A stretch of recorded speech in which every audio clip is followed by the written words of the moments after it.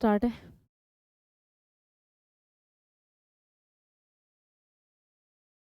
Hello students, कैसे हैं आप लोग। आई होप कि आप सब लोग बहुत अच्छे होंगे, घर पे बैठ के पढ़ रहे होंगे और पढ़ाई के लिए ही हम लोग यहाँ पर हैं। हम लोग इसे स्टार्ट करते हैं। एक टॉपिक है, छोटा सा टॉपिक, बहुत छोटा तो नहीं है, वैसे तो बहुत बड़ा है। जब हम पढ़ना स्टार्ट करेंगे तो बहुत डिटेल में होगा। और उसका एक छोटा सा पार्ट हम लोग डिस्कस करते हैं जिसका नाम है ब्लड। जिसका नाम है ब्लड।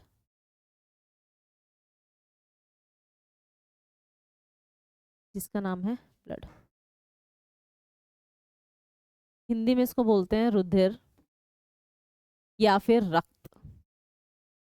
हिंदी में इसको बोलते हैं रुधिर या फिर रक्त। ठीक है, सबको पता है ब्लड होता क्या है, सबकी बॉडी में है। सबने देखा है रेड कलर का, अगर कुछ कट जाता है तो थोड़ा सा ब्लड निकलता है ना। सब लोग जानते हैं उसको कि भाई ये तो खून है, खून निकल गया। छोटा सा कट लग जाता है तो खून निकलता है ना। वो देखने में तो पानी की तरह बहता रहता है, एक्चुअल में उसके अंदर क्या क्या होता है, या वो एक छोटी सी चीज, या वो सिंपल सा कि ब्लड है रेड कलर का है ना। तो उसके अंदर कितनी चीजें होती हैं उसके बारे में हम लोग डिस्कस करते हैं। ठीक, स्टार्ट कर रहे हैं। ब्लड इंटरेस्ट के साथ पढ़ेंगे तो आपको समझने से पूरा चैप्टर क्लियर हो जाएगा।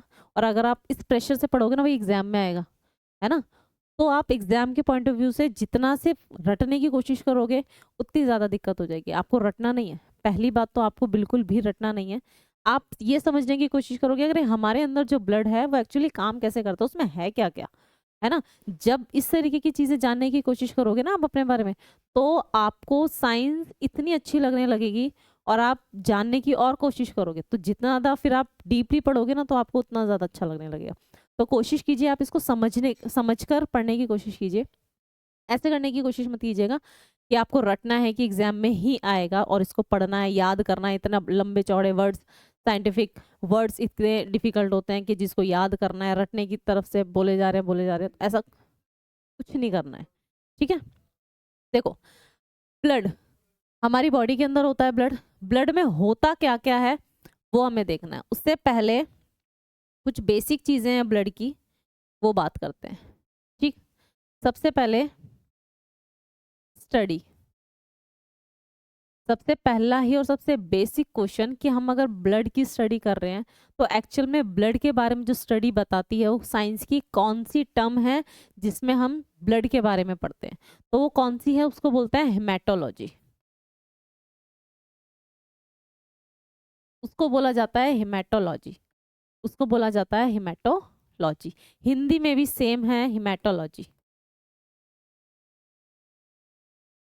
हिंदी में भी सेम है हेमेटोलॉजी।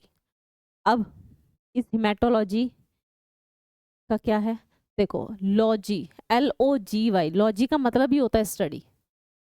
लॉजी का मतलब ही होता है स्टडी, यानी कि अध्ययन करना किसी चीज के बारे में। किसी चीज के बारे में अध्ययन करना, उसी को बोला जाता है लॉजी। यहाँ पर एक दूसरा वर्ड है हिमैटो या HAEM, हेम। इतना सा आप इस वर्ड को ध्यान रखोगे, HAEM। साइंस में कुछ रूट वर्ड्स हैं, कुछ रूट वर्ड्स नहीं, एक्चुअली सारी ही साइंस है कि अगर आपने एक वर्ड को समझ लिया ना तो आप उससे रिलेटेड चीजों को बहुत इजीली पकड़ लोगे कि ये किससे रिलेटेड है। जैसे HAEM, हिम, है ना, ये किस चीज से रिलेटेड है। तो ये होता है हमारी बॉडी, हमारी बॉडी के अंदर जो ब्लड है और उसके अंदर पाया जाता है आयरन। उसके अंदर एक धातु पाई जाती है जिसको बोला जाता है आयरन। उसी को साइंस में हिम बोला जाता है। ठीक है, आयरन। तो याद रखना, ये क्वेश्चन आपसे पूछा जाएगा कि हिमेटोलॉजी के अंदर या और भी कुछ वर्ड्स हैं जहां पर भी HAEM, जहां पर भी HAEM लिखा हुआ आ जाए, HAEM लिखा हुआ आ जाए, वो किससे रिलेटेड है, तो किसी से रिलेटेड नहीं है। याद रखना, इसका मतलब ही होता है आयरन, और आयरन मतलब ब्लड, क्योंकि ब्लड में पाया जाता है हमारी बॉडी के अंदर आयरन, है ना। तो जहां पर भी HAEM करके कोई भी वर्ड आ रहा है, आप आंख बंद करके उसको लगा सकते हो कि ये ब्लड है। ठीक है, जैसे यहाँ पर स्टडी था तो लॉजी लग गया। अगर यहाँ पे स्टडी के बारे में बताया था तो हिम, ये वाला वर्ड हिम, और उसके आगे ओलॉजी लग गया तो हिमेटोलॉजी बन गया, क्या बन गया, स्टडी बन गया। अगर हमें स्पेशलिस्ट जानने हो, स्पेशलिस्ट यानी कि कोई स्पेशलिस्ट होता है ना, specialist doctor, specialist doctor, blood का स्पेशलिस्ट, स्पेशलिस्ट डॉक्टर जो होता है, जो स्पेशली ब्लड के लिए ही डॉक्टर बैठा हुआ है, जो आपका ब्लड का बहुत अच्छे से जांच करके आपको बता सकता है, उसको क्या बोला जाता है? सेम ये वाला वर्ड ज्वाइन करेंगे, HAEM, हिम, क्लियरली पता चल गया ब्लड का है। ओलॉजी को हटाकर IST, इस्ट आ जाएगा, है ना, हिमेटोलॉजिस्ट, ये बन गया, आ गया आपका हिमेटोलॉजिस्ट। लॉजी बनाया तो स्टडी में चेंज हो गया, और लॉजिस्ट में बनाया तो किस में चेंज हो गया, जो स्पेशलिस्ट डॉक्टर होते हैं ब्लड के, है ना, तो उसको बोला गया हिमेटोलॉजिस्ट। अब अगर आपके एग्जाम में एक टर्म आ गया हिमेटोलॉजी या हिमेटोलॉजिस्ट, है ना, अब आपसे पूछा जाएगा ये किससे रिलेटेड है। जैसे आपके एग्जाम में कोई भी वर्ड आया, यहाँ पे हम बात कर लेते हैं, आपके एग्जाम में एक वर्ड आ गया हिमेटोलॉजी, आपके एग्जाम में एक वर्ड आ गया हिमेटोलॉजी। अब पूछा जाएगा this is related to, this is related to, आपके सामने पहला ऑप्शन है बोन्स, दूसरा ऑप्शन है सेल, तीसरा ऑप्शन आएगा ब्लड, है ना, और चौथा ऑप्शन वो कुछ भी डाल सकता है, ब्रेन, है ना। अब किसी को नहीं पता, किसी ने याद ही नहीं कर रखे, ये मेटोलॉजी, ये लॉजी, वो लॉजी, साइटोलॉजी, ये किसी ने याद ही नहीं करे, है ना, किसी को याद ही नहीं है, तो अब क्या करें भाई, किस पे टिक करें। लेकिन अगर आपको ये पता है कि साइंस में मैम ने बताया था, चित्रा मैम ने बताया था कि HAEM, हिम का मतलब होता है आयरन, HAEIM, हिम का मतलब होता है आयरन, इसका मतलब होता है आयरन, और आयरन कहाँ पर होता है, ब्लड में होता है, आयरन हमारी बॉडी में ब्लड में होता है, तो इसका मतलब ये किससे रिलेटेड है, ब्लड से रिलेटेड है, ये किससे रिलेटेड है, ब्लड से रिलेटेड है, ठीक। ऐसे ही हमने पढ़ा था साइटोलॉजी, ऐसे ही हमने पढ़ा था एक वर्ड साइटोलॉजी,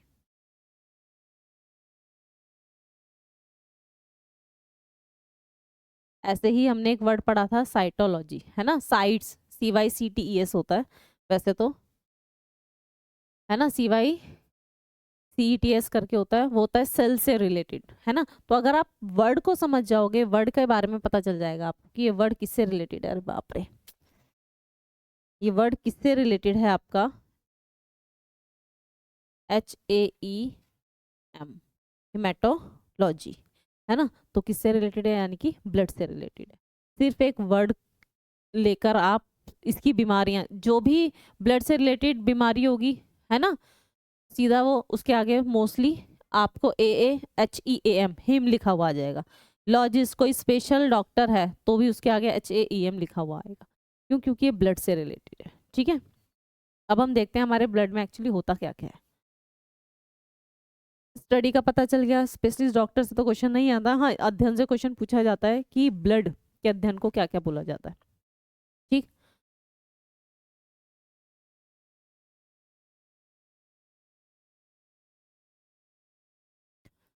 अब देखो हमारे ब्लड में क्या क्या पाया जाता है, वो हम देखते हैं। हम लोग पढ़ रहे हैं ब्लड, ब्लड में क्या क्या पाया जाता है, क्या क्या चीज़ें होती हैं जो हमारे ब्लड में होती हैं। देखो सबसे पहले तो ब्लड को बोला क्या जाता है, ये क्या है, कोई ऑर्गन नहीं है ना, ये कोई ऑर्गन नहीं है, ये क्या है, एक तरल संयोजी ऊतक है। ये क्या है, एक तरल संयोजी ऊतक है। ये क्या है, एक तरल संयोजी ऊतक है। ये एक कनेक्टिव टिश्यू है। ये क्या है, कनेक्टिव टिश्यू है।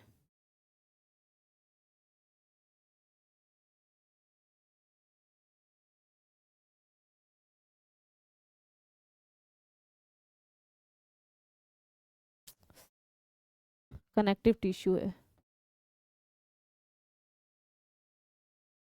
ये क्या है? कनेक्टिव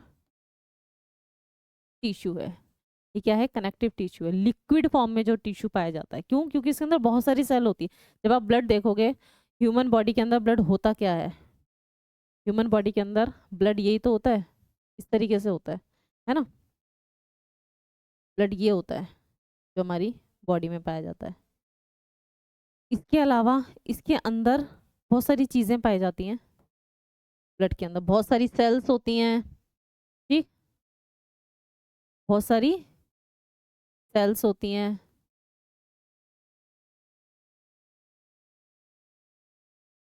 ये है ब्लड, ये है ब्लड, ठीक है। ब्लड के अंदर जो डॉट डॉट मैंने बनाए हैं येलो, ग्रीन और वाइट करके, ये क्या है? ब्लड के अंदर इसकी सेल्स हैं। कुछ इसके अंदर प्लाज्मा लिक्विड फॉर्म में पाया जाता है, वाटर वगैरह बहुत सारी चीज़ें हमारे ब्लड के अंदर होती हैं, ठीक है। तो इसीलिए बहुत सारी सेल्स और बहुत सारी चीज़ें इसके अंदर होती हैं।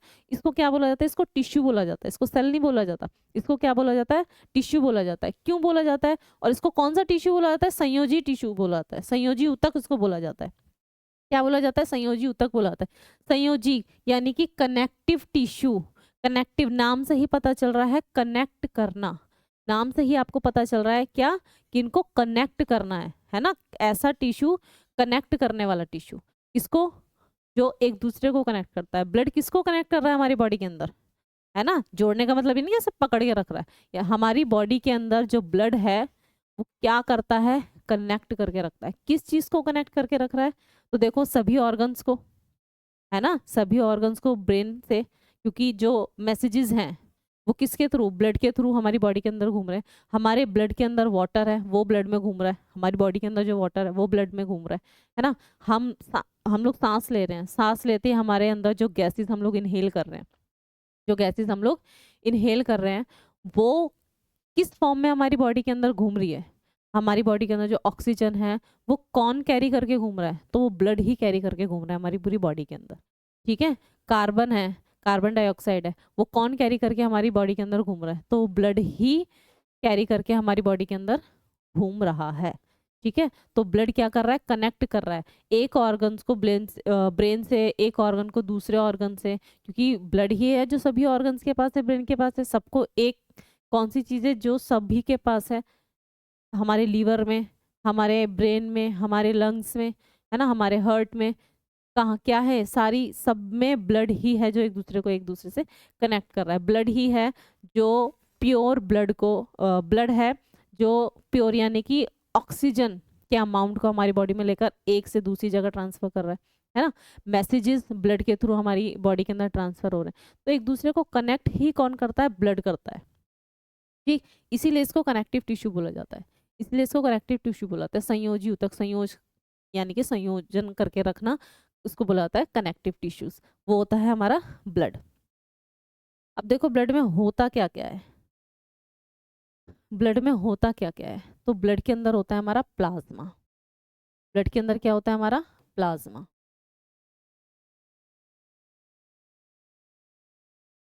ब्लड के अंदर होता है हमारा प्लाज्मा, ठीक। और क्या होता है हमारे ब्लड के अंदर? तो हमारे ब्लड के अंदर होती हैं सेल्स। सेल्स भी तीन टाइप की सेल्स हमारे ब्लड में होती हैं। कौन कौन सी? आरबीसी, डब्ल्यूबीसी और प्लेटलेट्स। और प्लेटलेट्स, आरबीसी, डब्ल्यूबीसी, प्लेटलेट्स, इन सभी को हम लोग डिटेल में पढ़ेंगे, ठीक। RBC red blood cells, WBC white blood cells और प्लेटलेट्स यानी कि जो हमारी बॉडी के अंदर प्लेटलेट्स काउंट की जाती है ना, वो जब डेंगू वगैरह होता था या अभी भी होता है मतलब, तो क्या चीज़ कम हो जाती है? कहते हैं ना प्लेटलेट्स कम हो गई हैं, हाँ, तो वो यही वाली प्लेटलेट्स होती हैं जो आज हम लोग पढ़ेंगे, ठीक। प्लाज्मा सेल्स, वाटर हमारी बॉडी के अंदर होता है, ठीक। वाटर किस में पाया जाता है? प्लाज्मा के अंदर ही पाया जाता है। एक्चुअली प्लाज्मा के अंदर बहुत सारी चीज़ें होती हैं। इसको इस तरीके से हम लोग कर सकते हैं। ये जो हमारा ब्लड है इसको दो पार्ट्स में डिवाइड कर दिया, इसको दो पार्ट्स में डिवाइड कर दिया, एक लिक्विड में, एक लिक्विड पार्ट में, और एक यह है लिक्विड पार्ट और यह है सॉलिड पार्ट। हमारा ब्लड दो पार्ट में डिवाइड है, एक लिक्विड वाले पार्ट में और एक सॉलिड में, ठीक है। तो लिक्विड वाले पार्ट के अंदर आता है आपका प्लाज्मा, क्योंकि ये लिक्विड फॉर्म में होता है, पानी की तरह बहने वाला। और इसी ब्लड के अंदर छोटी छोटी सेल्स होती हैं जो सॉलिड होती हैं। सॉलिड यानी कहते हैं बहुत हार्ड पत्थर की तरह नहीं, मतलब जो लिक्विड फॉर्म में नहीं होती, वो क्या होती है इसकी सेल्स, यानी कि आरबीसी, डब्ल्यूबीसी और प्लेटलेट्स, और प्लेटलेट्स, ठीक है। प्लाज्मा लिक्विड फॉर्म में होता है, प्लाज्मा लिक्विड फॉर्म में है, तो प्लाज्मा के अंदर और क्या क्या चीजें होंगी, प्लाज्मा के अंदर होंगी बहुत सारा वाटर। इसमें ऑलमोस्ट जो वाटर होता है वो 90% वाटर ही होता है, बल्कि मोर देन 90%, सिर्फ 90% नहीं, मोर देन 90%, आप 90% ही मानकर चलो, मोर देन 90% ही होता है जो वाटर होता है प्लाज्मा के अंदर। अच्छा, टोटल ब्लड का प्लाज्मा और ये जो सेल वाला पार्ट है, ये खुद कितना कितना परसेंट होता है ना, ये खुद कितना कितना परसेंट होता है, तो आधे से ज्यादा प्लाज्मा ही होता है इसके अंदर। ये होता है आपका 50 to 55%, 50 to 55% प्लाज्मा होता है, और जो बचा हुआ पार्ट है यानी कि 45% के अप्रोक्स, ये क्या होता है आपका, ये होता है आपका सॉलिड वाला पार्ट। क्योंकि ब्लड के अंदर क्या चीज़ ज़्यादा होती है, प्लाज्मा लिक्विड फॉर्म ज़्यादा होता है। और इस पूरे 50 से 55% के अंदर जो लिक्विड प्लाज्मा है, इसके अंदर जो वाटर होता है सबसे ज़्यादा पाया जाता है 90%, ठीक है। उसके अलावा ग्लूकोज होता है, उसके अलावा ग्लूकोज होता है, ग्लूकोज के अलावा प्रोटीन्स होते हैं जो बहुत इंपॉर्टेंट होते हैं। कुछ प्रोटीन्स होते हैं जो प्लाज्मा में हमारे पाए जाते हैं, ठीक है। हमारे प्लाज्मा में क्या पाए जाते हैं, कुछ प्रोटीन्स पाए जाते हैं। तो यही सारी चीज़ें हम लोग डिटेल में पढ़ने वाले हैं कि ब्लड क्या है, एक कनेक्टिव टिश्यू है लिक्विड फॉर्म में जो होता है। लिक्विड टिश्यू कौन सा है, कनेक्टिव टिश्यू ब्लड है। इसको भी दो पार्ट में डिवाइड कर दिया, लिक्विड में और सॉलिड में। लिक्विड वाला पार्ट कौन सा है, जो प्लाज्मा वाला पार्ट होता है वो होता है लिक्विड वाला पार्ट, और जो सॉलिड वाला पार्ट होता है वो होता है आपका सेल, आरबीसी, डब्ल्यूबीसी और प्लेटलेट्स। प्लाज्मा में भी जो लिक्विड होता है वो किस चीज़ का होता है, इसको लिक्विड इसलिए बोला है क्योंकि इसके अंदर होता ही वाटर है। कितना, 90%, इवन मोर देन 90% वाटर ही होता है। कुछ ग्लूकोज होता है और ज़्यादातर प्रोटीन होते हैं, ठीक है। तो प्रोटीन कौन से इंपॉर्टेंट होते हैं, बहुत इंपॉर्टेंट प्रोटीन्स हैं जो हम लोग जब हम डिटेल करेंगे तब इसके बारे में पढ़ेंगे, ठीक है। अभी थोड़ा सा देखते हैं एक्चुअली ब्लड क्या होता है। देखो इस वाली में से समझते हैं ब्लड क्या है। ये क्या है, एक ब्लड है, और ब्लड के अंदर दिखाया है कि ब्लड के अंदर एक्चुअली क्या क्या है, क्या क्या होता है। देखो ये जो येलो वाला पार्ट है, ये जो येलो वाला पार्ट है ना, ये येलो वाला पार्ट है आपका प्लाज्मा। ये येलो वाला पार्ट क्या है आपका प्लाज्मा। क्यों, क्योंकि प्लाज्मा किस कलर का होता है, प्लाज्मा होता है आपका येलोइश कलर का। प्लाज्मा होता है आपका येलोइश कलर का, थोड़ा सा येलो येलोपन पे जो होता है वो होता है आपका प्लाज्मा, ठीक। उसके अलावा और क्या बताया मैंने बताया था 3 प्लेट्स।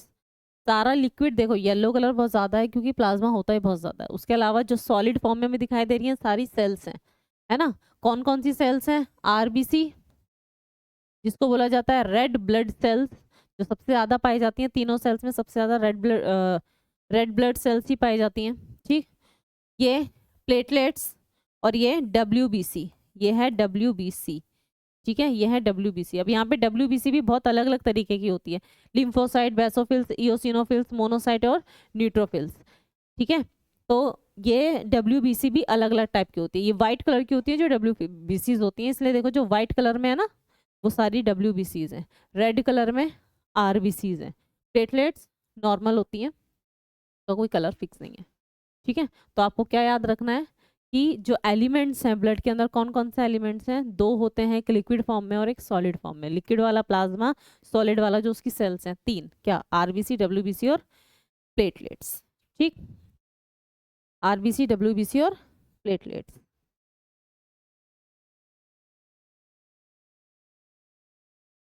अब देखो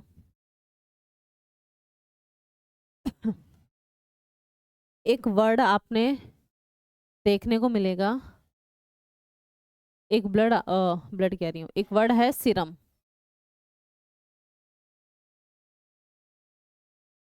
एक वर्ड है सीरम। ब्लड में आपको एक वर्ड पढ़ने को मिलेगा जिसको बोलते हैं सीरम। सीरम क्या होता है, सीरम क्या होता है, पूरे ब्लड में से,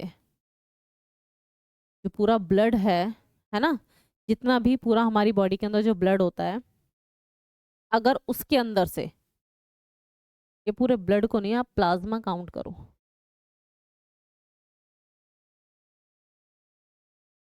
डार्क कलर ले लेते हैं थोड़ा, जो प्लाज्मा होता है, जो येलो कलर का प्लाज्मा होता है, उसके अंदर से जो क्लॉट करते हैं, जो ब्लड क्लॉटिंग वाले, जो ब्लड क्लॉटिंग में हेल्पफुल होते हैं, प्लाज्मा माइनस क्लॉटिंग प्रोडक्ट, इसको अगर हटा दिया जाए, पूरा प्लाज्मा, प्लाज्मा के अंदर मैंने बोला ज़्यादातर वाटर होता है क्योंकि लिक्विड फॉर्म में होता है ना, प्रोटीन्स होते हैं, है ना, प्रोटीन्स के अलावा, क्योंकि जो प्रोटीन्स प्लाज्मा में पाए जाते हैं उसके अंदर एक प्रोटीन मेन होता है फाइब्रोनोजन, जो क्या करता है, ब्लड क्लोटिंग कराने का काम करता है। ब्लड क्लोटिंग क्या होता है, रुधिर का थक्का जमाना, थक्के का मतलब होता है कि जो ब्लड हमारा बह रहा है उसको इतना गाढ़ा कर देना कि वहीं पर रुक जाए, बहता बहता वहीं पर जम जाए, है ना, वो काम करता है क्या, जो प्रोटीन्स होते हैं हमारे ब्लड के अंदर, जो प्लाज्मा होता है उसके अंदर प्रोटीन होते हैं, वो इस काम को करते हैं। और अगर उस प्लाज्मा में से मैं उसको हटा दूं, उन प्रोटीन्स को हटा दूं जो ब्लड क्लोटिंग में हेल्पफुल होते हैं, उन सारी चीज़ों को हटा दूं, है ना, तो क्या बचता है, तो बचता है सीरम। तो क्या बचता है, सीरम। सीरम क्या होता है, प्लाज्मा में से जो ब्लड क्लोटिंग के प्रोडक्ट्स हैं उसको हटा दिया जाए तो उसमें से क्या बचता है, हमारे सामने सीरम बचता है। ठीक,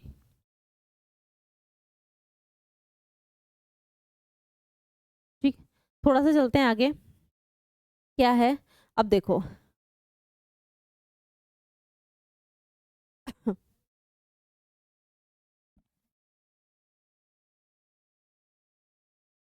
हमारी बॉडी के अंदर कुछ वर्ड्स हैं जो ब्लड से रिलेटेड है, वो आपको पता होने चाहिए, कुछ कुछ वर्ड्स, जैसे कि हमारी बॉडी के अंदर जो ब्लड नापा जाता है कि हमारी बॉडी में कितना ब्लड है, हमारी बॉडी में कितना ब्लड है, वो किससे मापा जाता है ना, वो क्या होता है, हीमोसाइटोमीटर,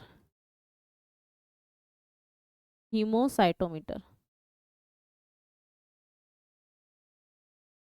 हीमोसाइटोमीटर, हीमोसाइटोमीटर। मीटर यानी कि, बताइए आपको मीटर क्या होता है, जिससे कुछ ना कुछ चीजें नापते हैं, मापते हैं, है ना। और हीमो, HAEM, अभी मैंने आपको बताया जहां पर भी HAEM, हिम करके कुछ लिखा हुआ है, तो यानी कि ये वर्ड किससे रिलेटेड है, आयरन से रिलेटेड है। और आयरन कहाँ होता है, हमारे ब्लड में होता है ना। यहाँ है मीटर, यहाँ है मीटर, तो यानी कि ऐसी चीज, मीटर यानी कि जो नापता है, तो हमारी बॉडी में कितना ब्लड है, ब्लड को नापने के लिए किस वर्ड का यूज किया जाता है उसको बोला जाता है हीमोसाइटोमीटर। ठीक, अब आपने देखा होगा जब डॉक्टर टेस्ट कराता है, जब डॉक्टर आपका ब्लड टेस्ट कराता है ना, जब आप लोग ब्लड टेस्ट कराए होंगे सबने कभी ना कभी, है ना, तो जो डॉक्टर है वो ब्लड टेस्ट करता है, तो वो ब्लड टेस्ट के लिए CBC टेस्ट लिखता है ना, CBC टेस्ट लिखता है। उसके अंदर, उस टेस्ट के अंदर क्या चीज़ें होती हैं कि आपके ब्लड के अंदर कौन कौन सी चीज़ कितने कितने अमाउंट में, सारी काउंट करके वो बता देता है।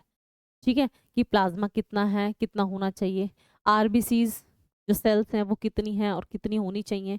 ठीक, WBCs टोटल कितनी, और WBC के अंदर भी जितने टाइप्स की सेल्स थी, है ना, जो भी थी, लिम्फोसाइट थी, बेसोफिल्स थी, इओसिनोफिल्स थी, जितनी टाइप की थी सारी अलग अलग अलग अलग लिखी होती हैं, और उस अलग अलग में आपको दिखाया होता है कि इतनी होनी चाहिए आपके ब्लड में और ये इतनी है। ठीक है, आपके घर में किसी ने ब्लड टेस्ट कराया होगा या आपने कभी कराया होगा, उसकी रिपोर्ट कभी देखना, उसमें आपको ये सारी चीज़ें काउंटेड मिलेंगी, उसमें सारी की सारी चीज़ें आपको काउंटेड मिलेंगी ही मिलेंगी। ठीक, अब ये वो टेस्ट है जो डॉक्टर लिखवाता है जब आपका ब्लड टेस्ट होता है, जब आपका ब्लड टेस्ट होता है तो डॉक्टर CBC लिखता है, CBC के अंदर यही सारी चीज़ें काउंट की जाती हैं कि भाई हमारे ब्लड के अंदर RBC कितनी है, WBC कितनी है, ये सारी चीज़ें आपको वहीं से पता चलती हैं। ठीक है, कभी भी कोई भी रिपोर्ट, कभी ब्लड की रिपोर्ट उठाकर ज़रूर देखना, आपको पता चल जाएगा कि हाँ ये तो वो सारी चीज़ें जो हमने पढ़ी हैं, जो मैम ने हमें पढ़ाई हैं, ये तो वही सारी चीज़ें हैं जो हमको पता है ना। तो आपको लगेगा कि हाँ आपने कुछ पढ़ा है। चलते हैं आगे थोड़ा सा। ये अभी सारी बेसिक चीजें चल रही हैं, है ना, कि ब्लड की स्टडी को क्या बोला गया, ठीक। ब्लड को जो नापते हैं हमारी बॉडी के अंदर उसको क्या बोला गया, ठीक। अब हमारे ब्लड का कलर जो होता है वो रेड होता है। सबको पता है हमारी बॉडी के अंदर जो ब्लड का कलर होता है वो रेड कलर होता है, ठीक है। तो किसकी वजह से होता है, ब्लड का जो रेड कलर होता है वो किसकी वजह से होता है। तो आपने बहुत पढ़ा होगा हीमोग्लोबिन। हीमोग्लोबिन हमारी बॉडी के अंदर जो ब्लड होता है वो रेड कलर का होता है। किस वजह से होता है, कि हमारी बॉडी में हीमोग्लोबिन होता है। हीमोग्लोबिन अब क्या होता है, फिर वही वाला वर्ड आ गया हेम। हेम का मतलब हो गया आयरन, है ना। और ये आयरन ही किस कलर का होता है, रेड कलर का होता है। ये आयरन ही किस कलर का होता है, ये रेड कलर का होता है, रेड कलर की फॉर्म में होता है, ठीक है। और इसके अंदर जो ग्लोबिन है, ये ध्यान रखना, इसके अंदर ये जो ग्लोबिन लिखा हुआ है ना, जो ग्लोबिन है ये क्या है, तो ये एक प्रोटीन है। ये क्या है, एक प्रोटीन है। क्वेश्चन बहुत बार एग्जाम में पूछा गया है। हीमोग्लोबिन के अंदर जो ग्लोबिन होता है वो क्या होता है, हीमोग्लोबिन के अंदर जो ग्लोबिन होता है वो प्रोटीन होता है। हीमोग्लोबिन के अंदर जो ग्लोबिन होता है वो क्या होता है, वो प्रोटीन होता है, ठीक है, और कुछ नहीं होता है। याद रखिएगा, वो आपसे पूछेगा ग्लोबिन क्या होता है, प्रोटीन होता है ना।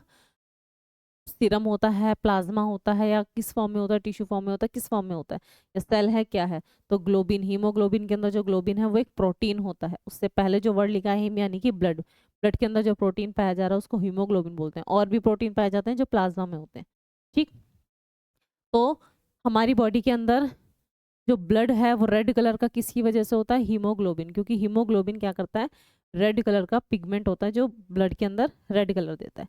ऐसे ही कुछ और एनिमल्स हैं कुछ जिनका ब्लड का कलर कुछ अलग होता है, जिनका ब्लड का कलर ना कुछ अलग होता है। आपने सुना होगा कॉकरोच।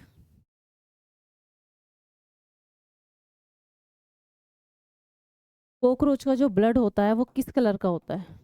आप कभी कॉकरोच देखोगे, जो बड़ा वाला कॉकरोच होता है, अगर हम उसको मारेंगे ना तो उसके अंदर से रेड कलर का ब्लड नहीं निकलेगा, उसके अंदर से वाइट वाइट सा निकलता है कुछ, उसके अंदर से वाइट वाइट कलर का निकलता है कुछ। जो ब्लड कलर है वो किस कलर का होता है, जो कॉकरोच का जो ब्लड है ना वो किस कलर का होता है, वाइट कलर का होता है।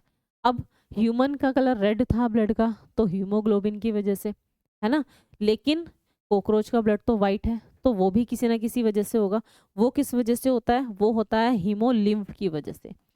वो होता है हीमोलिम्फ, वो होता है हीमोलिम्फ की वजह से।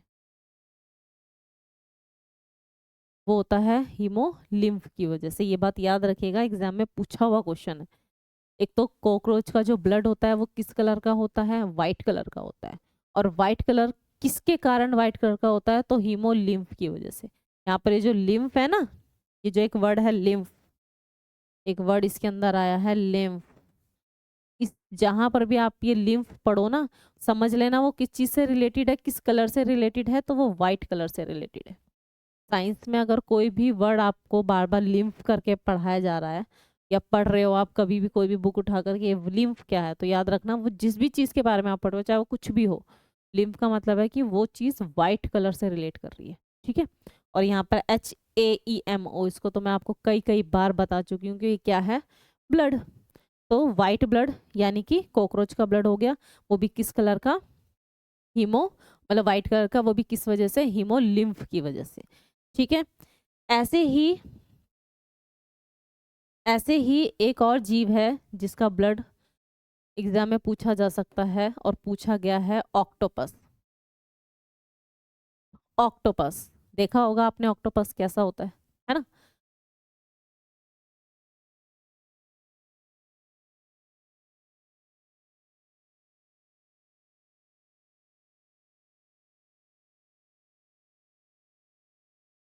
इस तरीके से ये क्या है, एक ऑक्टोपस है, ठीक है। ये क्या है, एक ऑक्टोपस है, आपने देखा होगा।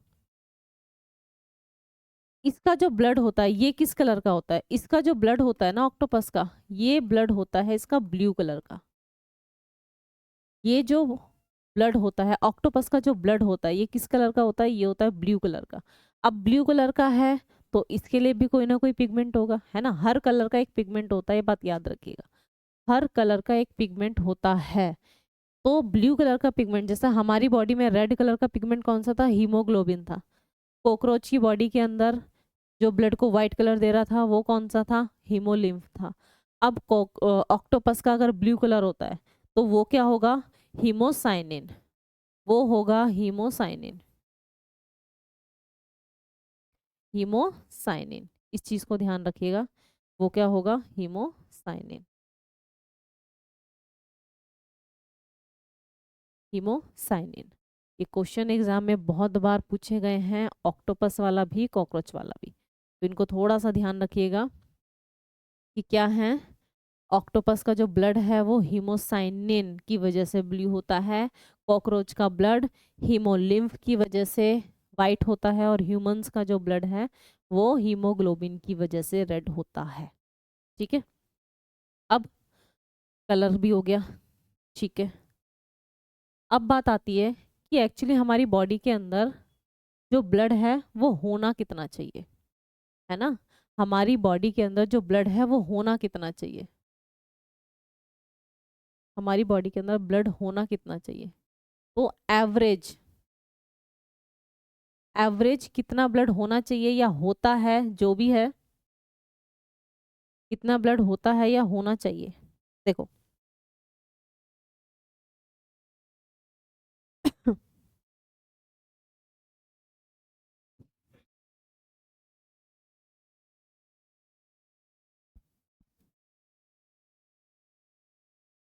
एवरेज जो ब्लड हमारी बॉडी में होना चाहिए या होता है, एक चीज याद रखना, मेल और फीमेल दोनों में अलग अलग होता है जी। मेल में ब्लड और फीमेल में ब्लड दोनों का नंबर ऑफ, मतलब जो ब्लड होता है ना काउंटिंग का, वो अलग अलग होता है। मेल में कितना होता है और फीमेल में किस में ज़्यादा होता है, किस में कम? तो फीमेल में कम ही होता है, मेल में ज़्यादा होता है ना। मेल में 5 to 6 लीटर होता है और फीमेल में 4 to 5 लीटर होता है। फीमेल में 4 to 5 लीटर होता है। तो एवरेज अगर आएगा तो वो आएगा 4 to 6 लीटर। 5-6 भी हो सकता है। 4 to 6 लीटर जो होता है वो हमारी बॉडी के अंदर ब्लड एवरेज होता है कि इतना होना चाहिए, या इतना नॉर्मली एक एडल्ट का देखा जाए। ये जो चीज़ें बताई जा रही हैं ये एक एडल्ट के लिए बताई जा रही हैं, एक वयस्क इंसान के लिए, है ना। एक एडल्ट में कितना ब्लड होता है? 4 से 6 लीटर होता है। मेल और फीमेल में किस में ज़्यादा होता है? तो मेल में ज़्यादा होता है, फीमेल में ब्लड थोड़ा सा कम होता है। ठीक है, इस चीज़ को ध्यान रखना है। इस तरीके के क्वेश्चन पहले पूछे जाते थे, अब तो बहुत तरीके के क्वेश्चन, बहुत चीज़ें थोड़ी सी डीप हो गई हैं, तो इतना इजी वाला क्वेश्चन अब इतना ऊपर से नहीं पूछा जाता है। आगे है ब्लड का फॉर्मेशन। ये चीज़ बहुत इंपॉर्टेंट है जो आपको ध्यान रखनी है, फॉर्मेशन यानी कि ब्लड कहाँ पर बनता है हमारी बॉडी के अंदर। हमारी बॉडी के अंदर जो ब्लड है वो कहाँ पर बनता है, इस चीज़ का ध्यान रखना है आपको कि हमारी बॉडी के अंदर ब्लड बन कहाँ रहा है। हमारी बॉडी के अंदर ब्लड बन रहा है बोन मैरो में। हमारी बॉडी के अंदर जो ब्लड है वो कहाँ बन रहा है? Bone marrow. बोन मैरो होता क्या है? अस्थि मज्जा। अब आप बोलोगे जी अस्थि मज्जा क्या है? ये अस्थि मज्जा, इसको बोलते हैं, हिंदी में बोलते हैं अस्थि मज्जा, इंग्लिश में है बोन मैरो। ठीक है, क्या होता है ये? देखो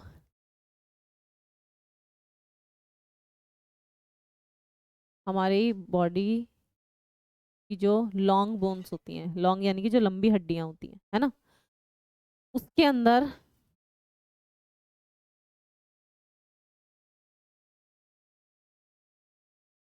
इस तरीके से चीजें होती हैं। ये वाला जो पार्ट है अंदर, ये वाला जो पार्ट है हड्डी के अंदर का वाला जो पार्ट है ना, इसी को बोला जाता है बोन मैरो। तो ब्लड हमारा यहीं पर ही बनता है, याद रखिएगा। हमारा जो ब्लड है वो कहाँ बनता है? बोन मैरो में बनता है। अब हमें नहीं पता था भाई बोन मैरो होता क्या है। क्या होता है बोन मैरो? पता चला आपको कि जो हड्डी है, हड्डी के अंदर वाला जो पार्ट होता है, हड्डी के अंदर पाई जाती है बोन मैरो, और वहीं पर ही क्या बनती है, ब्लड हमारा बनता है। ठीक है, बोन मैरो में ही हमारा ब्लड बनता है। फॉर्मेशन से क्वेश्चन बहुत बार एग्जाम में पूछा गया है कि हमारा ब्लड कहाँ बनता है, बोन मैरो में बनता है। अब देखो, जो चीज आई है, बनी है, वो चीज कहीं ना कभी खत्म भी होती है ना, वो चीज कभी ना कभी खत्म भी होती है। मैं आपको पहले यहाँ दिखा देती हूँ क्या है बोन मैरो। देखो, ये है बोन मैरो, ये हड्डी है, हड्डी जो हमें दिखाई देती है ना, हड्डी के अंदर ये जाली जाली सा हिस्सा है, और इसके अंदर ये वाला जो हिस्सा है, इसके अंदर ये वाला जो हिस्सा है, इस तरीके से ये जो अंदर की तरफ बना हुआ है, इसी को बोला जाता है बोन मैरो, इसी को बोला जाता है बोन मैरो, यानी कि हिंदी में इसको बोला जाता है अस्थि मज्जा। ठीक है, बोन मैरो, बोन यानी कि हड्डी, हड्डी के अंदर मैरो, बोन मैरो। इस तरीके से याद कीजिएगा कि ब्लड कहाँ बन रहा है, तो बोन मैरो में बनता है, अस्थि मज्जा में बनता है। ठीक,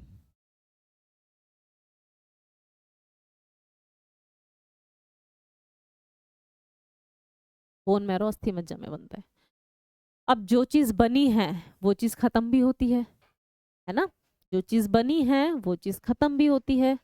कैसे खत्म होती है और कहाँ पर खत्म होती है, देखिए, हमारी ब्लड के अंदर जो सेल्स होती हैं, यानी कि जो सबसे ज्यादा सेल जो पाई जाती है ना, वो आरबीसी पाई जाती है। ठीक है, हमारी बॉडी के अंदर जो ब्लड होता है उसके अंदर जो सेल्स होती हैं सबसे ज्यादा क्या होती हैं, आरबीसी पाई जाती हैं, मिलियंस में पाई जाती हैं, मिलियंस में पाई जाती हैं। ये 4.5 से 5.5 मिलियन तो बॉयज में पाई जाती हैं।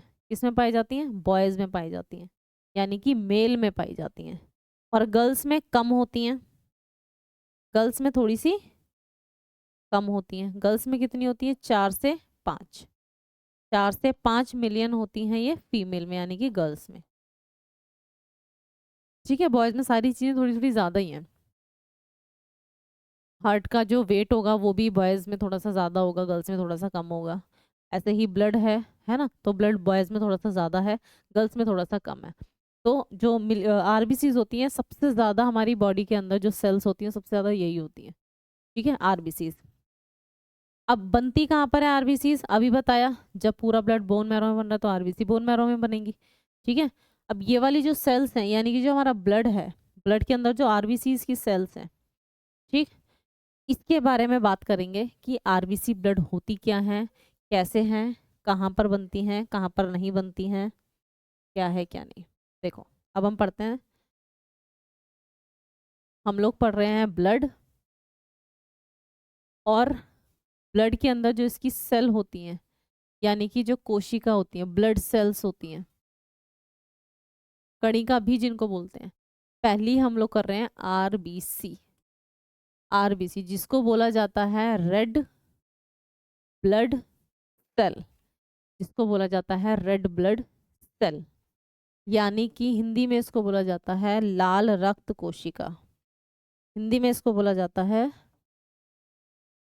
लाल रक्त कोशिका या फिर कणिका, कुछ भी बोल सकते हैं, दोनों एक ही चीजें हैं। कणिका या कोशिका कुछ भी बोल सकते हैं, दोनों एक ही चीजें हैं।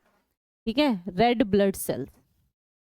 अब अभी मैंने बताया मेल में कितने होते हैं, 4.5 से 5.5 मिलियंस में होती हैं, सबसे ज्यादा होती हैं मिलियंस में। ठीक है, बाकी सारी जो सेल्स हैं, डब्ल्यूबीसी प्लेटलेट्स, वो इतनी ज्यादा नहीं होती हैं। फीमेल में 4 से 5 मिलियन। तो आपको बस इतना ध्यान रखना है कि मेल्स में ज्यादा होती हैं और फीमेल्स में कम। ठीक, अब ठीक है, नंबर्स हो गया। अब आता है इनका साइज, अब आता है इनका साइज। देखो, 3 चीजें होती हैं, मैंने बताया था आपको, आरबीसी, डब्ल्यूबीसी और प्लेटलेट्स, प्लेटलेट्स। ठीक है, ये नंबर्स में सबसे ज्यादा होती हैं, नंबर्स में सबसे ज्यादा होती हैं, यानी कि काउंटिंग में अगर बोलेंगे तो ये सबसे ज्यादा होती हैं, काउंटिंग में सबसे ज्यादा होती हैं। और साइज में अगर मैं साइज की बात करूं तो साइज में सबसे छोटी होती है। आरबीसी साइज में सबसे छोटी होती हैं, ठीक है। साइज में कैसी होती हैं, सबसे छोटी होती हैं। तीनों सेल्स में सबसे छोटी सेल कौन सी होती है, आरबीसी होती है। खुद सोचो, अगर मिलियंस में है, अगर मिलियंस में भी बड़ी बड़ी हो गई तो हमारे ब्लड में सबसे ज्यादा क्या दिखाई देंगी, प्लाज्मा से भी ज्यादा दिखाई देंगी आरबीसी। इसीलिए बहुत छोटी छोटी होती हैं और बहुत सारी होती हैं, बहुत सारी होती हैं और बहुत छोटी छोटी होती हैं। तो सबसे छोटी सेल जो होती है ब्लड में वो आरबीसी होती है, ठीक है। 3 सेल होती हैं आरबीसी, डब्ल्यूबीसी, प्लेटलेट्स। इन सब में तीनों में सबसे छोटी होती है आरबीसी और काउंटिंग ऑफ नंबर्स में सबसे ज्यादा होती है, मिलियंस में होती हैं। हमारी बॉडी के अंदर कितनी होती हैं, 4 से 5 मिलियन फीमेल में होती हैं और 4.5 से 5.5, 5 मिलियन से ज्यादा ही होती हैं मेल के अंदर, ठीक है। अब और क्या बात है, और ये बात है कि आरबीसी को बोला क्या जाता है, इसका जो साइंटिफिक नेम है वो आपको ध्यान रखना है, जो बहुत ज़रूरी है। आरबीसीज को बोला क्या जाता है, तो आरबीसीज को बोला जाता है एरिथ्रोसाइट्स।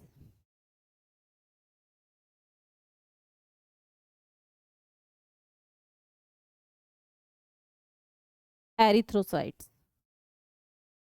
ब्लड को साइंस में बोला जाता है हिम, HAEIM, हेम, है ना, क्योंकि वो आयरन होता है और आयरन ब्लड में ही होता है। ब्लड की सेल आरबीसी, उसको बोला जाता है एरिथ्रोसाइट। साइट का मीनिंग, यहाँ पर ये जो साइट्स है, साइट्स का मीनिंग कहीं पर भी लिखा हुआ होगा तो वो सेल होगा। जहां पर भी आप एरिथ्रो पढ़ो, यानी कि ये किससे रिलेटेड है, ये है आपका आरबीसी से रिलेटेड, ये है आपका आरबीसी से रिलेटेड। क्लियर। नाम में ही चीजें छुपी हैं, एक बार नाम पढ़ लोगे उससे रिलेटेड आपको 4 चीजें 4 बार अलग अलग नाम पढ़ने नहीं पड़ेंगे। आपने एक बार ध्यान रख लिया एरिथ्रोसाइट्स, तो यानी कि वो आरबीसी से रिलेटेड है। साइट्स पढ़ रहे हैं बहुत टाइम से, साइट्स ही पढ़ रहे हैं, साइट्स यानी कि सेल, यानी कि आरबीसी सेल, ठीक। किसको बोला जाता है साइंटिफिक लैंग्वेज में, आरबीसी को क्या बोला जाता है, एरिथ्रोसाइट्स। बहुत बार एग्जाम में क्वेश्चन पूछा गया है कि आरबीसी को क्या बोला जाता है, तो याद रखना एरिथ्रोसाइट्स बोला जाता है, ठीक है। कहाँ पर होती हैं मतलब सेम वही क्वेश्चन, सेम वही क्वेश्चन,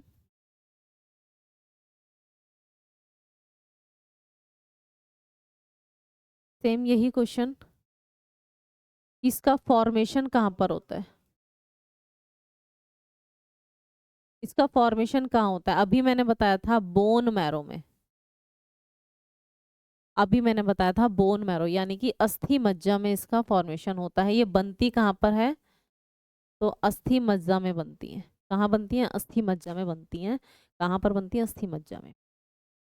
4 बार बोलोगे तो आपको याद ही हो जाएगा, यही मेरे साथ साथ 4 बार बोलोगे ना तो आपको आराम से यहीं की यही चीजें आपके माइंड में सेट हो जाएंगी। तो फॉर्मेशन कहाँ हुआ, बोन मैरो में। इसका लाइफ स्पैन कितना होता है, लाइफ स्पैन यानी कि इसका जीवन काल कितना होता है। अब ये क्या बात है भाई, जीवन काल। अरे भाई जो बना है वो मरेगा भी, है ना, कभी ना कभी तो वो भी मरेगा। तो ऐसे ही डब्ल्यूबीसी बनी है तो इसका लाइफ स्पैन कितना होता है, कितने दिन ये काम करती है। तो याद रखना, बहुत बार एग्जाम में क्वेश्चन पूछा है, 120 डेज, 120 दिन हमारी बॉडी के अंदर जो ब्लड है आरबीसीज, इनका जो लाइफ स्पैन होता है वो 120 दिन का होता है। 120 दिन ये बनती हैं हमारी बॉडी के अंदर और 120 दिन तक अपना काम करती हैं, जो इनका काम होता है, ठीक है। और उसके बाद ये डेड हो जाती है, उसके बाद ये डेड हो जाती हैं, यानी कि ये मृत हो जाती हैं, अपने आप मर जाती हैं। अब मरती भी कहाँ है, जहाँ बनेंगी वहां थोड़ी मरेंगी, है ना। आरबीसी बनी तो बोन मैरो में थी, लेकिन मरती कहाँ पर है ये सेल्स, डेड कहाँ पर होती हैं जाकर, तो याद रखना स्प्लीन में होती हैं, स्प्लीन में होती हैं, जिसको बोला जाता है प्लीहा। स्प्लीन में जाकर इनकी डेथ होती है, आरबीसी की जो डेथ होती है सेल्स की वो किस में होती है, स्प्लीन में होती है, यानी कि प्लीहा। ठीक है, इसको तिल्ली भी लिखा होता है कहीं ना कहीं, प्लीहा भी होती है और तिल्ली भी कहीं ना कहीं, इसको आप पढ़ लोगे, पर इसको ध्यान रखना इंग्लिश में ही स्प्लीन और प्लीहा ज्यादा लिखा हुआ होता है। कहाँ होता है स्प्लीन, तो देखो इस तरीके से हमारा ये क्या है, ये है हमारा लीवर। ठीक है, ये क्या है हमारा, लीवर है। ये क्या है हमारा, ये है लीवर। ये है हमारा लीवर जिसको बोलते हैं यकृत, है ना। इसी के साथ बनी हुई होती है स्प्लीन। कहाँ पर, यहाँ इसके साथ में को इस तरीके से बनी हुई होती है, ये होता है आपका स्प्लीन। लीवर के साथ अटैच होती है ऊपर की तरफ को। ठीक है, इसी को बोला जाता है स्प्लीन। एक छोटा सा ऑर्गन होता है हमारी बॉडी के अंदर, जहाँ जो क्या करता है, कुछ नहीं करता है, यहाँ पर जाकर हमारी आरबीसी जो होती है वो डेड हो जाती है। अब जो चीज़ जहाँ पर डेड होती है, जो चीज़ जहाँ पर डेड होती है उसको कुछ ना कुछ तो बोलेंगे ही, है ना। यहाँ पर स्प्लीन में जाकर आरबीसी डेड हो रही है, तो इसको क्या बोला जाता है, इसी को बोला जाता है ग्रेवयार्ड ऑफ आरबीसी या फिर ब्लड।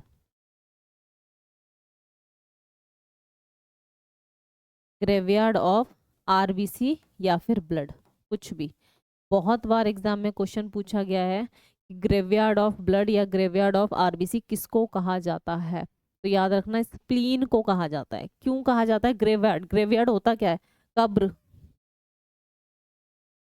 और हिंदी में ही कब्रिस्तान। ग्रेवयार्ड होता है कब्रिस्तान। ठीक है, कब्रिस्तान का मतलब भाई जहाँ पर जो डेड लोग होते हैं उनको वहां पर रखते हैं कब्रिस्तान में, है ना। तो ऐसे ही जहाँ पर सेल डेड होती हैं और वहां पर रहती हैं उनको बुलाते हैं स्प्लीन। कौन सी जगह है वो, स्प्लीन। और डेड सेल हैं तो इसलिए उसको ग्रेवयार्ड ऑफ आरबीसी या फिर ब्लड कहा जाता है। इसको बोला जाता है कब्रिस्तान ऑफ, रक्त का कब्रिस्तान या फिर कब्रिस्तान ऑफ आरबीसी। मोस्टली इनकी जो शेप देखी गई है, मोस्टली आरबीसी की जो शेप होती है वो राउंड शेप में होती है। जो शेप होती है ना आरबीसी की वो थोड़ी राउंड राउंड होती है। कैसी शेप में होती है, राउंड शेप में होती है। आरबीसी हमारी किस शेप में होती है, राउंड शेप में होती है। ठीक है, अब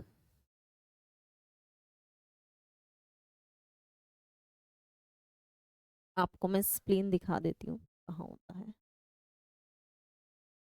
देखो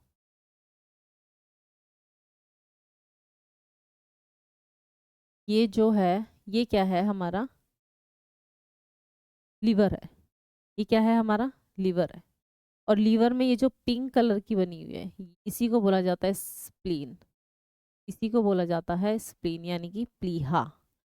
ठीक है, नीचे इंटेस्टाइन है, ऊपर ये हमारे लंग्स हैं, यहाँ पे हार्ट है, नीचे ये लीवर है, इधर की तरफ ये पैनक्रियाज है, लीवर नहीं है बल्कि सॉरी स्टमक, ध्यान नहीं रहा। लीवर तो हमारा इस तरीके का होता है, ये होता है हमारा लीवर, है ना, जिसको बोला जाता है यकृत। जहां पर स्प्लीन होती है ना, जो इस तरीके का होता है, जे शेप में होता है, ये होता है हमारा,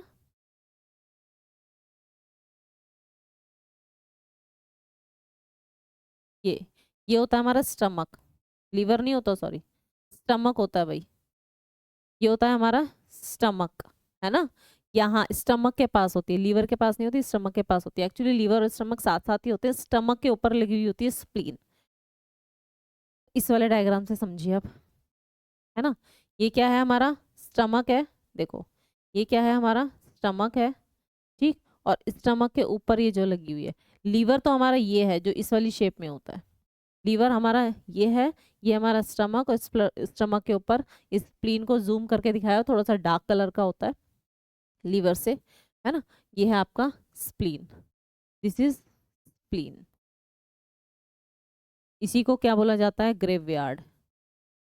इसी को बोला जाता है ग्रेवयार्ड यानी कि कब्रिस्तान, यानी कि कब्रिस्तान।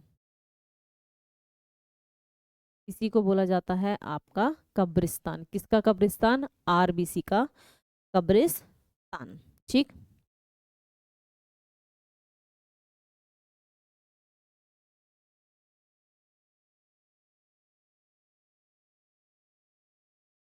अब देखो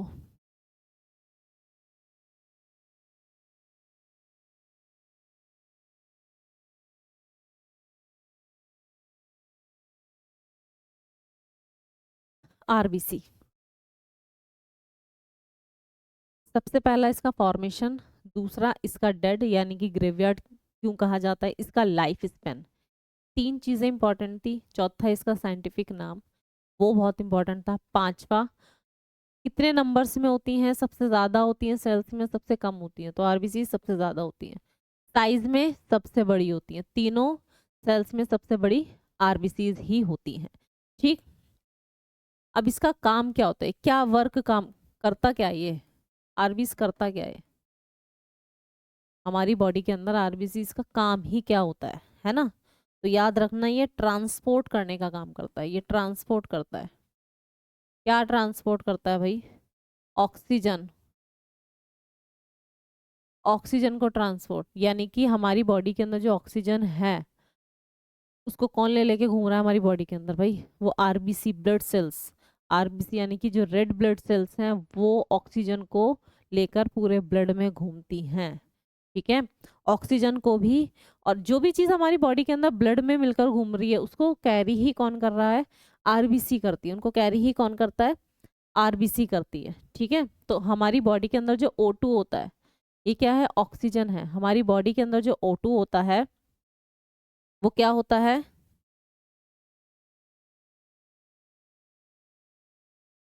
हमारी बॉडी के अंदर जो ऑक्सीजन होता है उसको बोलते हैं oxy haemoglobin, oxy haemoglobin, globin हो गया, ग्लोबिन लिखना है, globin, oxy haemoglobin.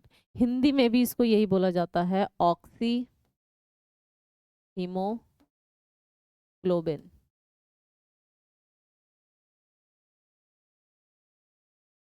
Oxy haemoglobin normally oxygen होता है, और जब इसको आरबीसी कैरी करता है तो इसका नाम क्या पड़ जाता है, ऑक्सी हीमोग्लोबिन। सेम ऐसे ही CO2 होता है हमारी बॉडी के अंदर, हम लोग जब सांस लेते हैं, इनहेल करते हैं, तो ऑक्सीजन के साथ साथ और भी बहुत सारी गैसेस होती हैं, मेन जिनको हम पढ़ते हैं वो है ऑक्सीजन और कार्बन डाइऑक्साइड, है ना। तो ऑक्सीजन जब तक हम ले रहे हैं बाहर है तो वो ऑक्सीजन की फॉर्म में, जब वही हमारी बॉडी के अंदर गई और आरबीसी के साथ, आरबीसी ने इसको कैरी किया तो इसका नाम क्या बन जाता है, ऑक्सी हीमोग्लोबिन। ऐसे ही सेम जब कार्बन डाइऑक्साइड हमारी बॉडी के अंदर होती है तो CO2 के फॉर्म में होती है, जैसे ही आरबीसी इसको कैरी करता है तो ये क्या क्या बन जाता है, कार्बोक्सी हीमोग्लोबिन।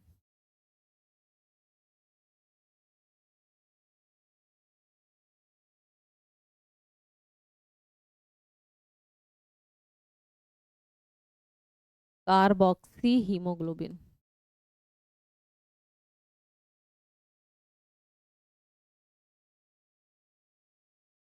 Carboxy haemoglobin. ये क्वेश्चन पूछे जाते हैं कि हमारी बॉडी के अंदर जो ऑक्सीजन होता है किस फॉर्म में पाया जाता है, यानी कि किस फॉर्म का मतलब है, जो ब्लड कैरी करता है हमारे ऑक्सीजन को, उसको क्या बोला जाता है, तो ऑक्सी हीमोग्लोबिन बोला जाता है।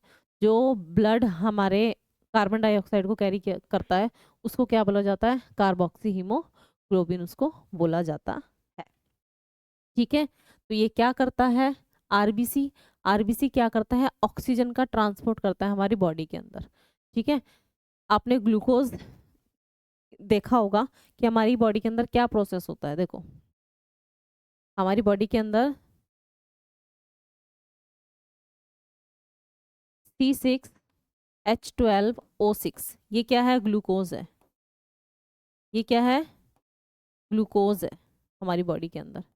ठीक है, इसके साथ ऑक्सीजन मिलता है जब हम इनहेल करते हैं, और जब ऑक्सीजन मिलता है तो ये इसको किस फॉर्म में तोड़ देता है, CO2 के फॉर्म में तोड़ देता है, प्लस वाटर बना देता है H2O, प्लस ATP की फॉर्म में एनर्जी बना देता है, ATP की फॉर्म में एनर्जी बना देता है, ATP एडिनोसिन ट्राइफॉस्फेट, ATP यानी कि एडिनोसिन ट्राइफॉस्फेट। ये हमारी बॉडी के अंदर एक प्रोसेस होता है, इसी को बोला जाता है रेस्पिरेशन, इसी को बोला जाता है ना रेस्पिरेशन, इसी को बोला जाता है रेस्पिरेशन। तो ग्लूकोज हमारी बॉडी के अंदर है, हमने इनहेल किया, ऑक्सीजन लिया, और ऑक्सीजन लेते ही उसने क्या किया, ऑक्सीडेशन जो प्रोसेस हमारी बॉडी के अंदर होता है वो होता है, ग्लूकोज टूट गया कार्बन डाइऑक्साइड के अंदर, H2O के अंदर, और ATP एनर्जी। एनर्जी जो बनी वो हमने हमारी सेल्स ने कंज्यूम कर ली, है ना।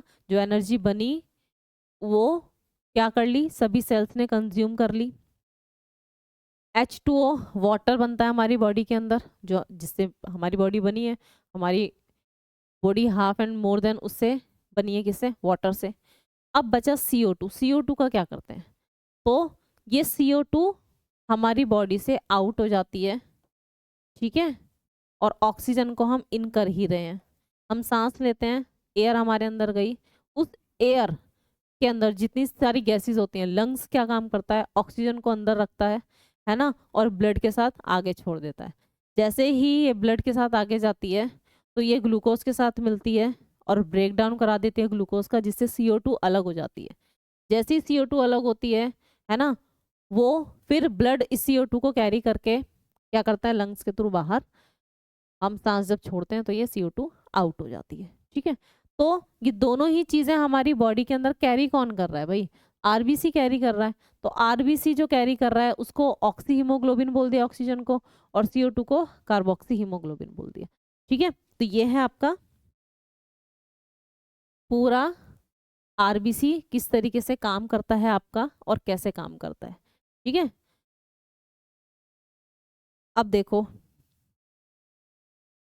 RBC की सेल है, ये एक सेल है RBC की, इसके अंदर ये क्या है, न्यूक्लियस। ये क्या है, न्यूक्लियस, यानी कि केंद्रक। इस केंद्रक के अंदर, RBC की केंद्रक के अंदर कुछ चीजें होती हैं। क्या होता है, जो मोस्टली RBC होती है ना, उसके अंदर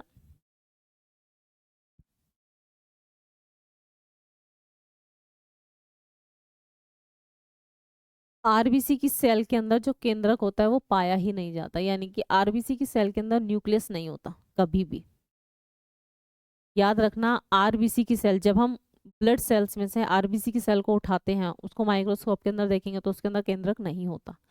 ये चीज याद रखना, RBC की सेल के अंदर जो केंद्रक होता है ना, वो हो केंद्रिक, केंद्रिक नहीं केंद्रक। RBC की सेल के अंदर केंद्रक होता ही नहीं है, ये बात याद रखना। लेकिन यहाँ पर एक अपवाद है, और ये अपवाद क्या है कि जितने भी RBC हैं उनके अंदर केंद्रक नहीं होता, लेकिन दो जीव ऐसे हैं जिनकी RBC में केंद्रक पाया जाता है। वो क्या है, कैमल और लामा। इन दोनों की जो RBC होती है उसके अंदर जो न्यूक्लियस होता है,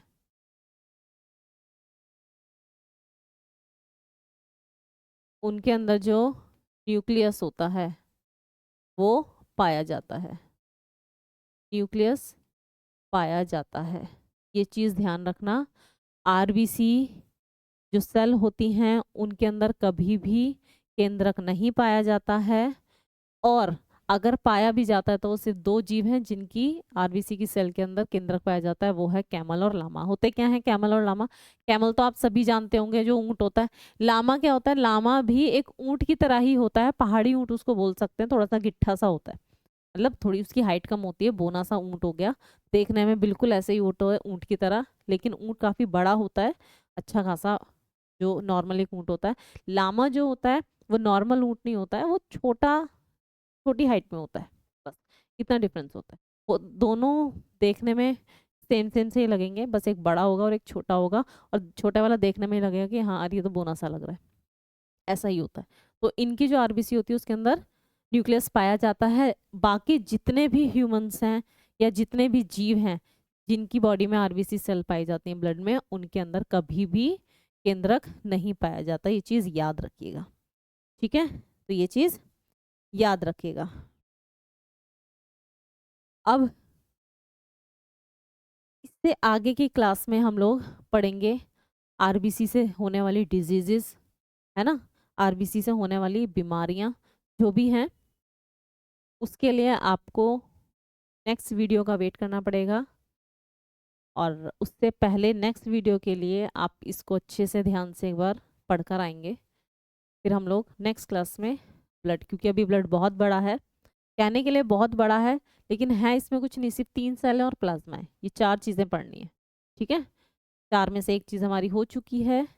आगे पढ़ेंगे नेक्स्ट क्लास में कि कैसे किस तरीके से ब्लड का और पूरा फंक्शन काम करता है, कैसे ब्लड हमारी बॉडी में बाकी चीज़ों को कैरी कर रहा है आरबीसी को छोड़कर, है ना।